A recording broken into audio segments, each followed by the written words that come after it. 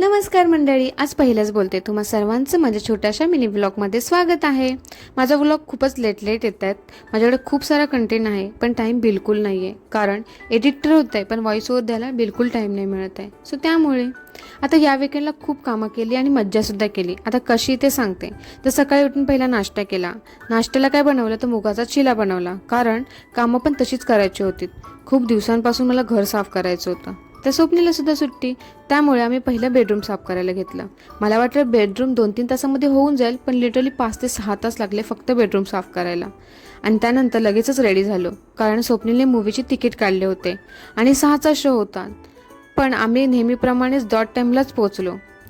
आता सर्व दुनियेचा ना धुरंधर मूवी बघून झाल्यानंतर आम्ही तो पाहिला आहे. कारण मला हा मूवी फक्त थिएटरलाच बघायचा होता. कारण मूवी इतका भारी बनवला आहे की तो थिएटरला बघण्यासारखाच आहे.